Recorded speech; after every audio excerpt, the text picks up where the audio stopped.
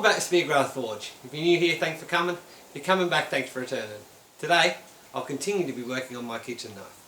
Stick around. Hoist the sail and raise the anchor, the sun is getting high.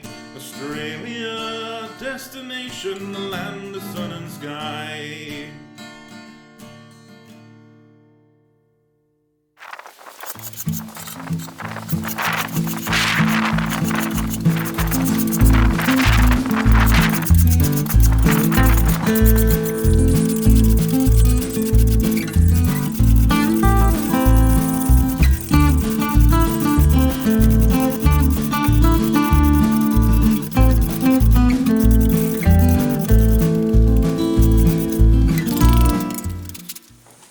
Now, I'm push filing at the moment just to try and get this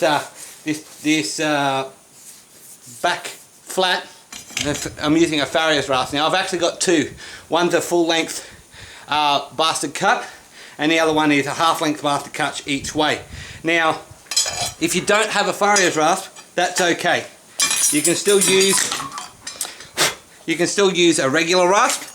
Bastard cut, I just got this from the hardware store, and of course it's just the same thing. It's just a matter of pulling. I'm just pulling it to get the cut, and it might take a little while, but at the end of the day, in order to get these flat, it is worth doing.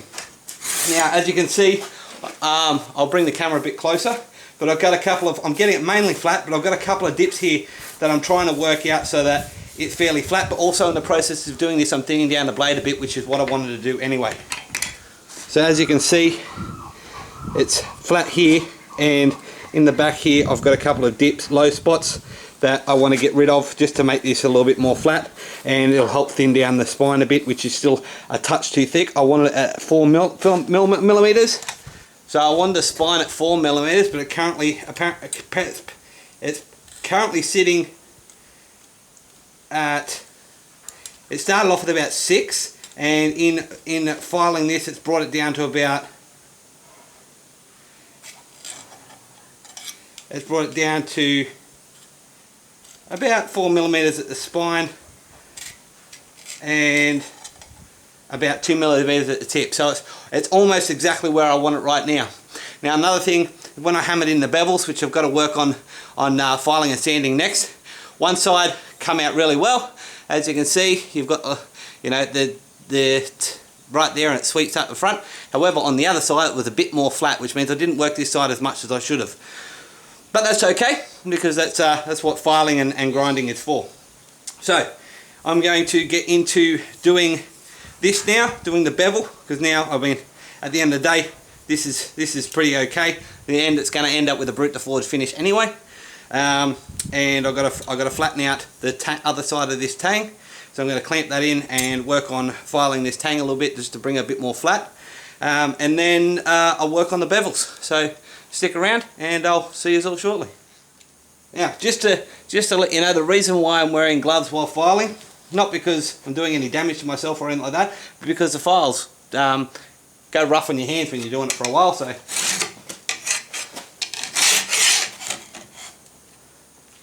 it's just a matter of being a little bit smarter and working a little bit smarter rather than working harder.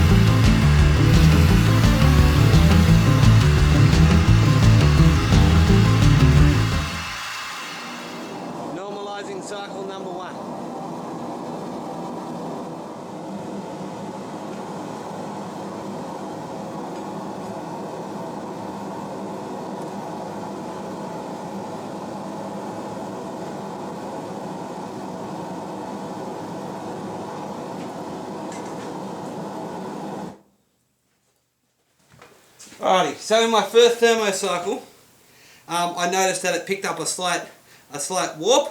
So all I've done is I've grabbed a couple of pieces of angle iron and put them in the vise, clamped the spine down so it straightens it up. So that's what I've done. So just to keep everything in line, I'm just leaving this as a second thermocycle now, so that it can straighten up, and hopefully by the time I get down to the third thermocycle, this will be nice and straight, and then I can quench and put it in for the temper, and hopefully it stays straight. Fingers crossed. Thermocycle number 3, just got it down a little bit further in that jib so that the tang is straightened as well, but everything else below the about the middle of the spine is hanging free. So yeah, hopefully this works out. Find out soon.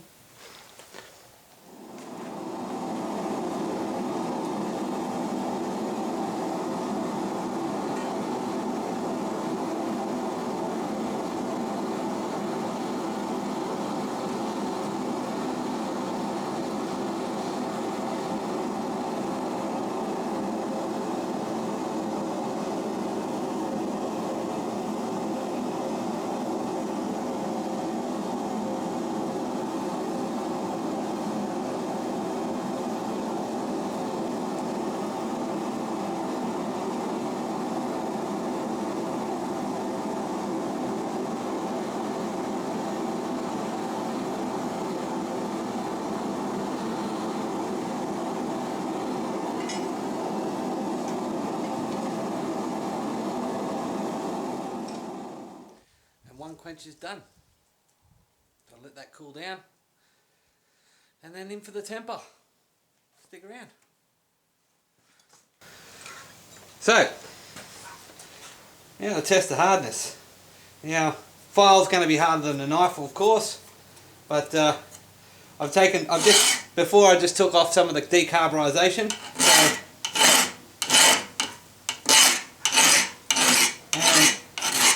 it's pretty much straightened, which is good.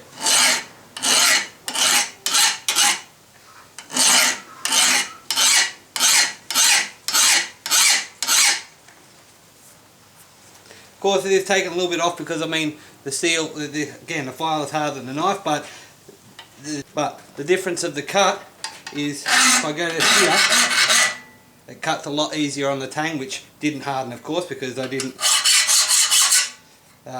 get that, which didn't harden because I didn't want that to harden. I want the tang to be nice and soft. So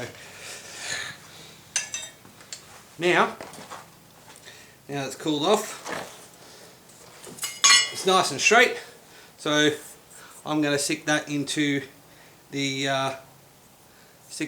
oven for a temper. So I'm going to do 2 cycles of 200 degrees. Or just shy of 200 degrees, because I want to get that to stay relatively hard. Of course, it's going to be a kitchen knife, it's not going to be a fry knife or a work knife or anything like that. So get that into the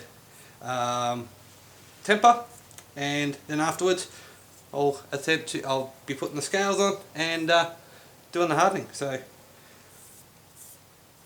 stick around and I'll see you shortly.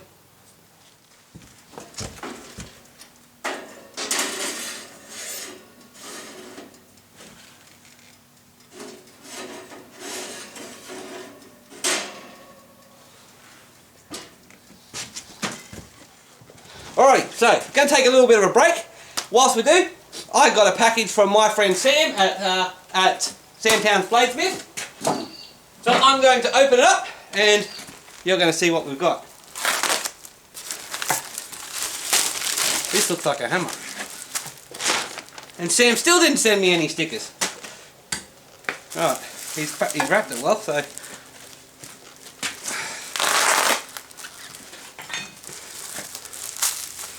He's wrapped it really well. Now, if you follow Samtown, you might have seen this hammer when it was made, but I'm really excited. So, this is my first dog's head hammer, or English cutlass hammer. So it's got a little bit of a with taper so I can do my bevels and stuff like that. This is quite schmexy. There's Sam Town's touch mark at the top there. And I believe he made this out of a industrial piece of threaded bar, as you can see.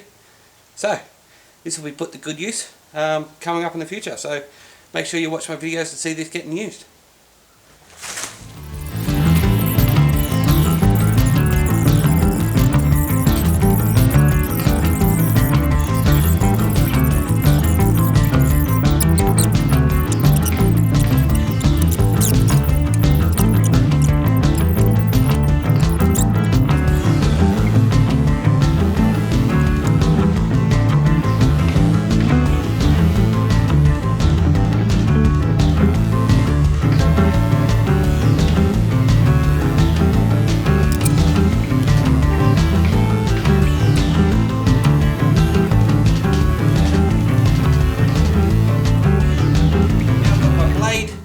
My scales, my epoxy, and some gloves. So I'm just gonna.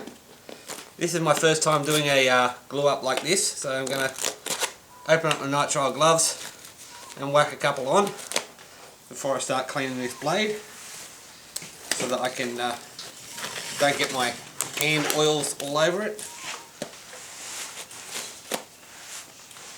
Now, one thing I was advised by watching other knife makers put scales on and stuff like that is put a couple of sets of gloves on so that you can easily pull off these ones, and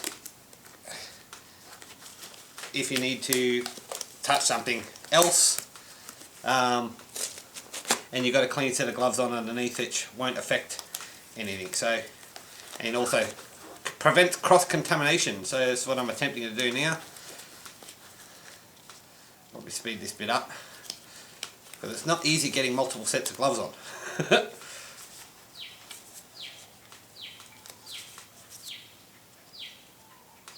Because particularly with the humidity here, they like to stick to each other.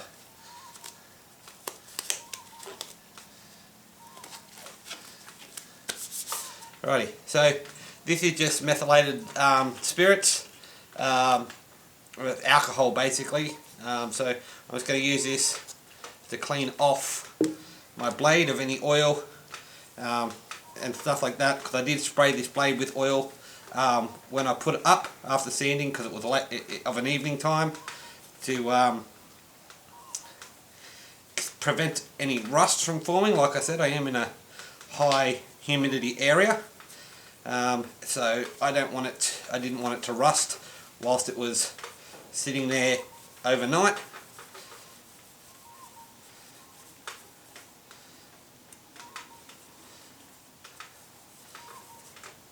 So just clean this off.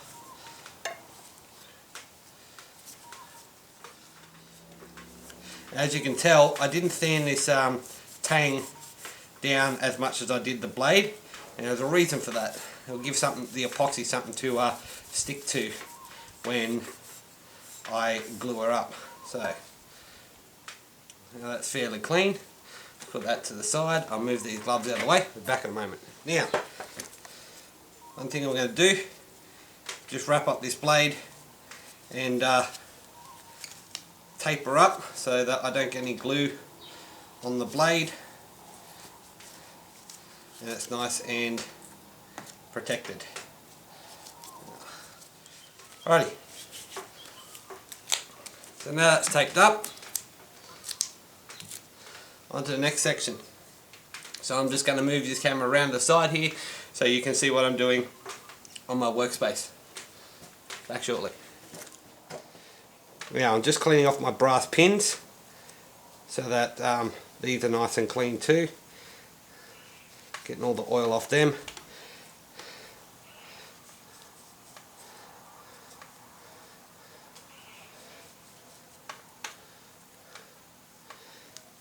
Now, don't crucify me in the comments, guys, because, you know, at the end of the day, this is my very first one. So, I'm probably making some major mistakes here, but hey, you got to do to learn. Let's put that over there. Okay, so pretty much got everything I need here at the moment except for a hammer. Okay, so now I've got a hammer. Right, so what I'm going to do next is, alrighty, so the style of knife handle I'm going for, the reason why these are just two flat blanks really, is because I'm going for like a Japanese wa style. So once I attach these scales to the knife, I'll be taking off the edges, the corners, making them more flat, just to give it the wa style. So what I'm going to do first is just make sure I've got these lined up the right way. So yeah, so the longer parts at the top. Right, so I'm going to start with the bottom one. I'm going to put some, mix up the epoxy, put some epoxy on the pins, drop the pins in, and then push them through just a little bit so they stick out the other side, so I can pin them over, expand them a bit to give a mechanical lock to the knife as well, to the scales, and then put the epoxy on here, attach it to the knife, epoxy the other side, stick it all together, and then basically I'm going to let it set. For everything I've seen and the research I've done, I'm going to let it set before I peen, do a little bit of peening. And then because I want it to set a bit so I can cut, because these are probably a little bit too long at the moment, so I want to trim these up, do a bit of peening, and then I can sand and grind it down to flat.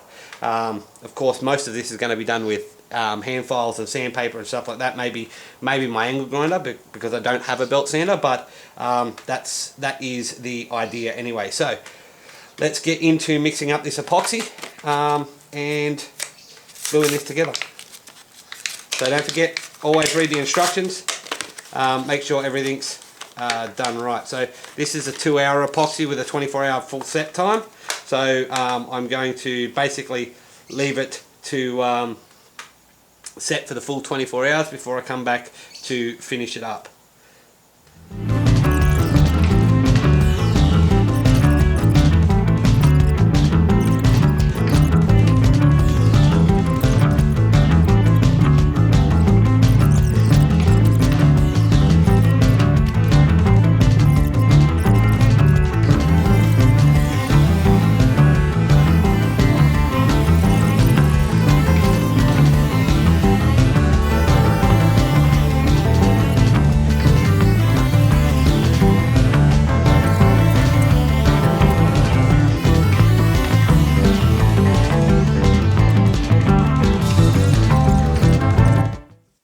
Done. So now I'm just going to leave that to set, leave that to set and dry up, and then it's with clean off. So stick around and we'll come back when this is all set and we're ready to finish the handle.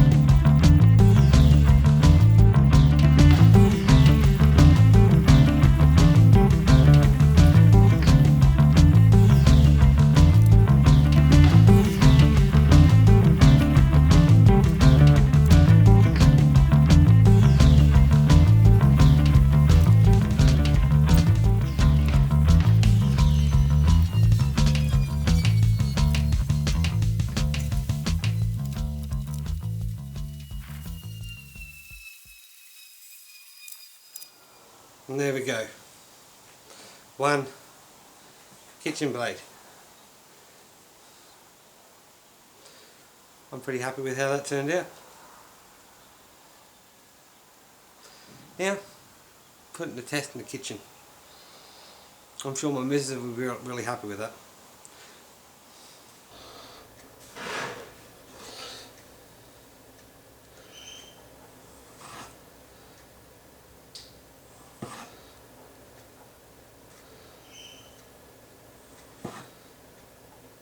And here we go.